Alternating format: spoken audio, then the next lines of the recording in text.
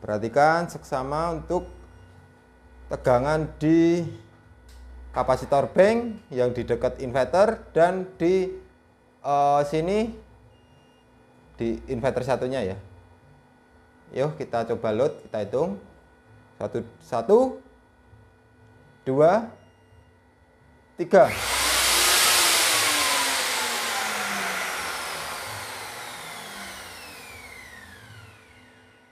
Lagi 1, 2, yuk.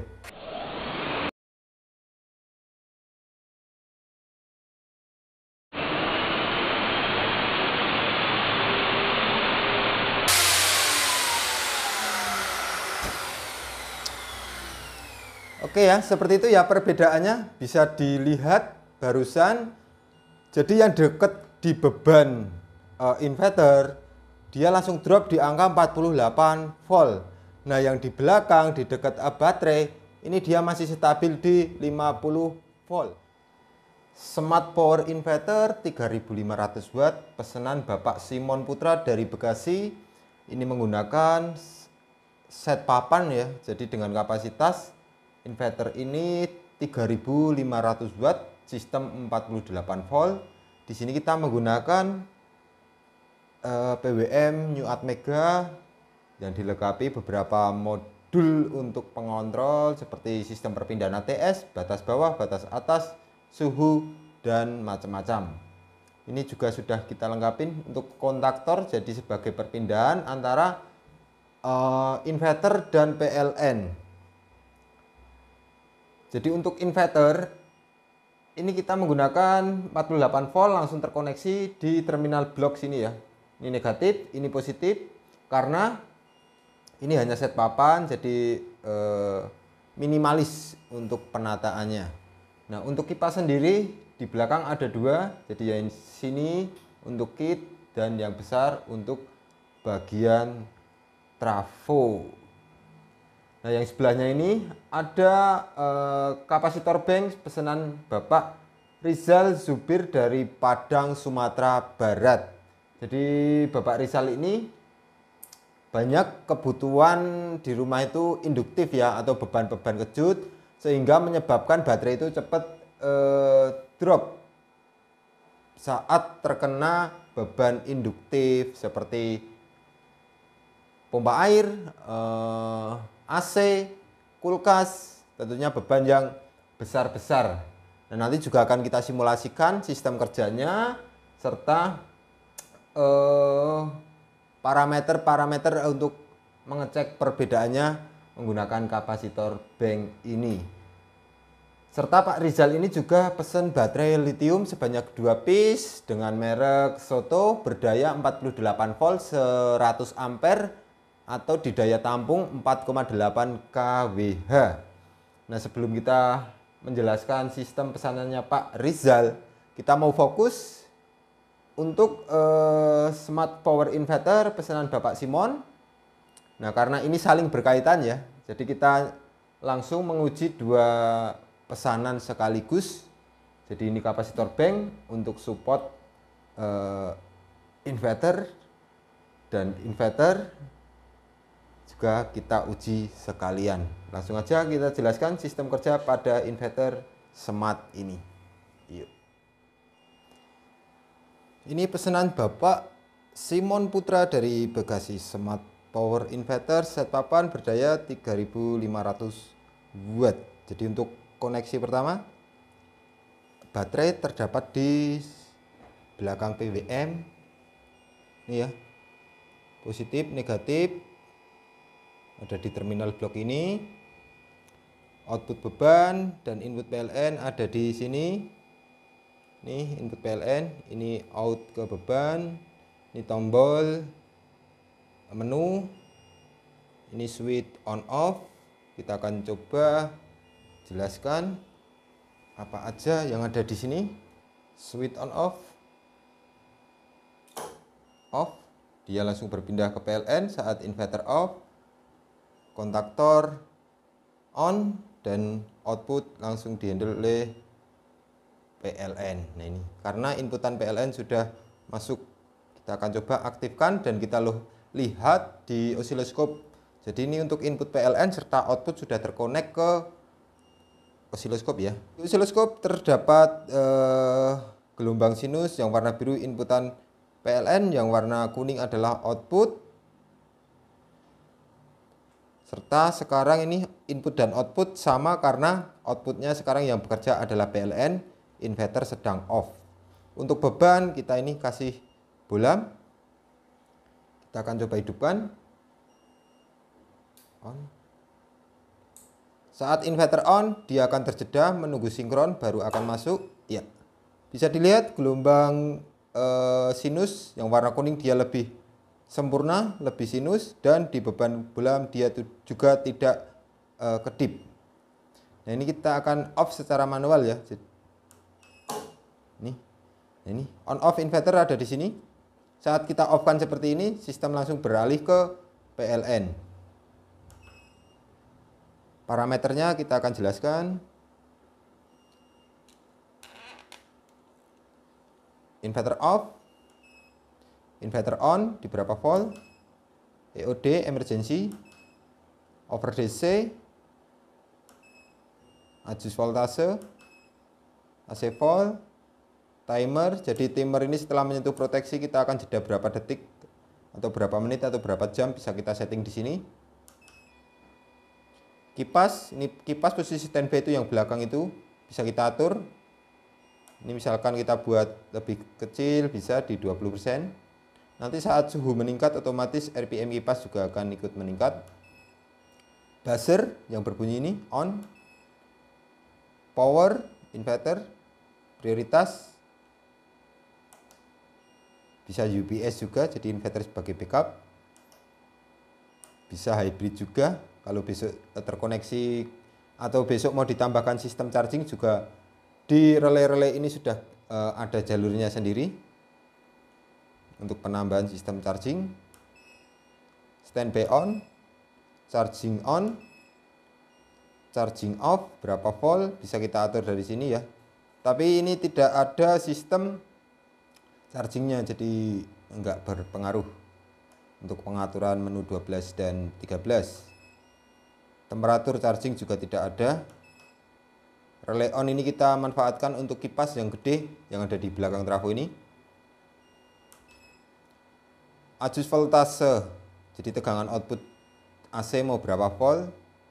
Ini akan kembali ke menu depan lagi dan kita akan lihat lagi untuk hasil gelombang di osiloskop saat berpindah ke inverter.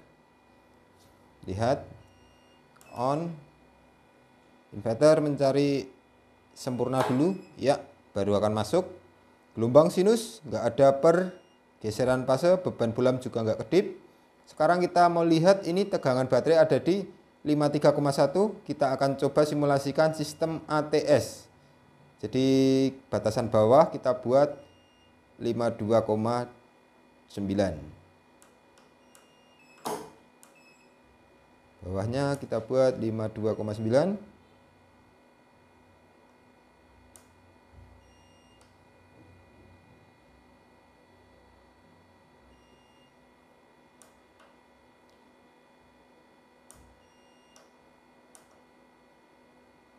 Lima 2,8 aja.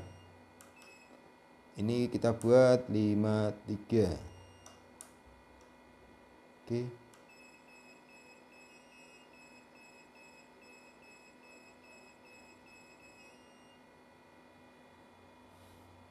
Di sini kita bisa lihat, nah, sudah masuk ke inverter lagi, output yang keluar adalah inverter. Ini tegangan baterai ada di 53,1, batasan bawah 52,8, batasan atas 53. Kita akan coba load beban menyentuh batasan bawah yang kita setting barusan, dia akan berpindah ke PLN melalui mode sinkron. Yuk coba kita load beban. Nah, ini 52,9, sedangkan setting batas bawah kita ada di 52,8, berarti masih kurang bebannya. Beban 399 watt.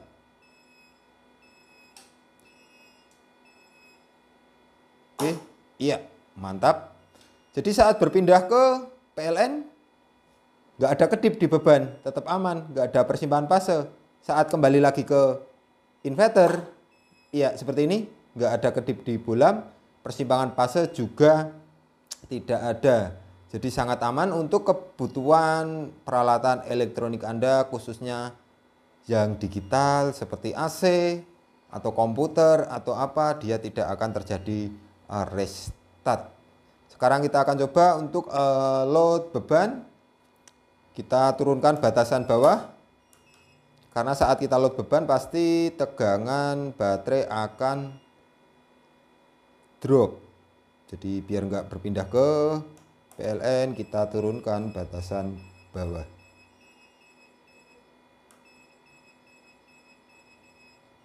Oke, lanjut kita uji load, tambah terus lagi. Oke, hop, lepas ban. Jadi saat beban melebihi 80%, buzzer akan berbunyi, dan setelah menyentuh daya maksimum di sini 3500 watt, sistem akan berpindah ke PLN. Dan sekarang kita akan lepas PLN. Jadi kita akan load biar dia tidak switch ke PLN.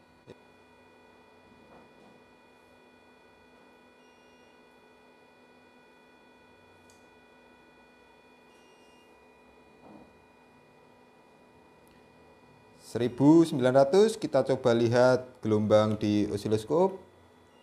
Dia masih sinus mulus. 1800, tambah lagi 1000, ini 2800, tambah lagi. Oke ya, 3700 watt off. Dia ini terbaca over watt karena di sini kita batasin 3500 watt. Dia akan on kembali sesuai setting auto timer tadi ya. Timer tadi kita setting di 10 detik. Seperti itu untuk pengujian Smart Power Inverter. Langsung kita akan masuk ke pengujian kapasitor Banks, pesanannya Bapak Rizal Zubaidir dari Padang, Sumatera Barat. Ini unitnya menggunakan spek kapasitor bank. Ini ya, 8 kali 150.000 mikro, 35 volt. Kita buat seri karena ini sistem 48 volt. Nah, untuk terminal ada di bawahnya sama MCB. Jadi kita juga lengkapin untuk MCB soft start. Jadi ini ada soft startnya. Kita coba off kan dulu. Oke, cara ngidupinnya seperti ini ya. Oke, sistem inverter off. Off. Jadi semua off, mati. Nah, ini inputan baterai nanti masuk ke sini ya Pak. Input baterai masuk dari sini. Ini ada tulisan input, ini positif, ini negatif. Untuk output beban nanti ada di sini. Ini positif, negatif. Nah, langkah pertama karena nanti menggunakan baterai lithium, jadi kita lengkapin juga untuk sistem soft start agar saat on pertama kali BMS di baterai lithium tidak terjadi protect. Nah, ini kita akan on kan, dan di sini masih terbaca ini ya. Di kapasitor ini masih terbaca.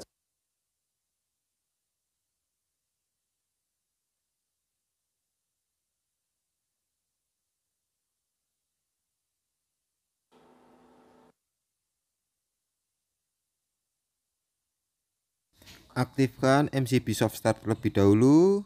Tunggu 5-10 detik ya, sampai tegangan di volt DC ini sesuai tegangan baterai ya. Udah, baru kita aktifkan MCB DC utama dan off-kan MCB. Lanjut diaktifkan inverter on. Oke, mantap, inverter sudah on. Di sini terbaca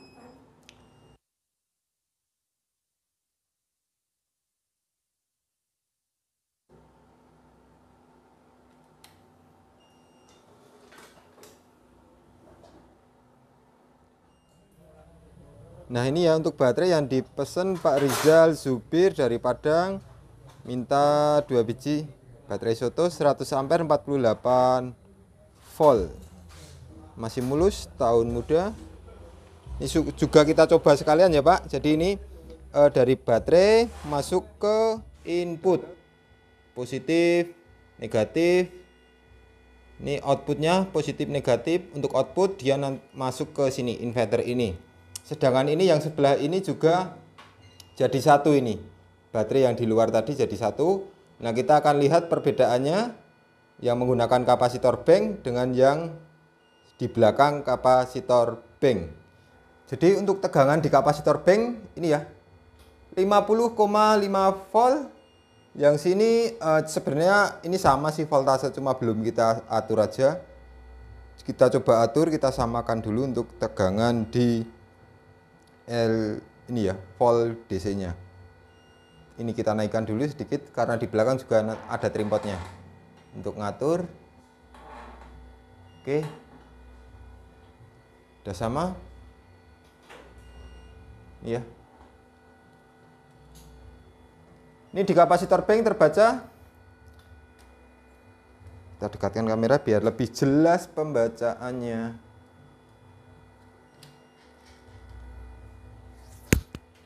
Di kapasitor bank ini terbaca 50,7 volt dan di inverter sebelahnya ini terbaca 50,7 volt. Jadi voltase sama. Kita akan coba load beban induktif. Untuk beban induktif kita ada mesin rotor kayu ya. Jadi ini mesinnya dengan spek 1300 watt untuk continuenya. Untuk setar bisa di atas 2500 watt. Perhatikan seksama untuk tegangan di kapasitor bank yang di dekat inverter dan di sini di inverter satunya ya. Yuk kita coba load, kita hitung. 1, 2, 3.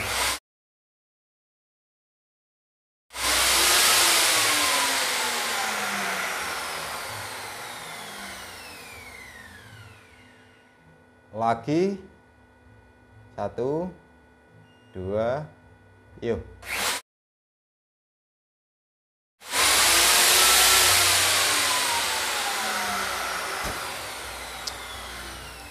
Oke ya, seperti itu ya perbedaannya bisa dilihat barusan. Jadi yang deket di beban inverter dia langsung drop di angka 48 volt. Nah yang di belakang di dekat baterai ini dia masih stabil di 50 volt. Jadi fungsi dari kapasitor bank ini untuk meredam beban-beban induktif atau beban-beban kejut biar dia tidak langsung nyampe ke baterai. Di sisi lain ini juga bersifat untuk menjaga kualitas baterai ya. Jadi beban-beban yang berat cukup di handle oleh kapasitor bank ini sesaat. Nah jadi yang nyampe ke baterai sudah mampu teredam. Jadi arus yang diambil dari baterai cukup kecil, nggak sebesar pada kapasitor bank ini untuk beban induktif.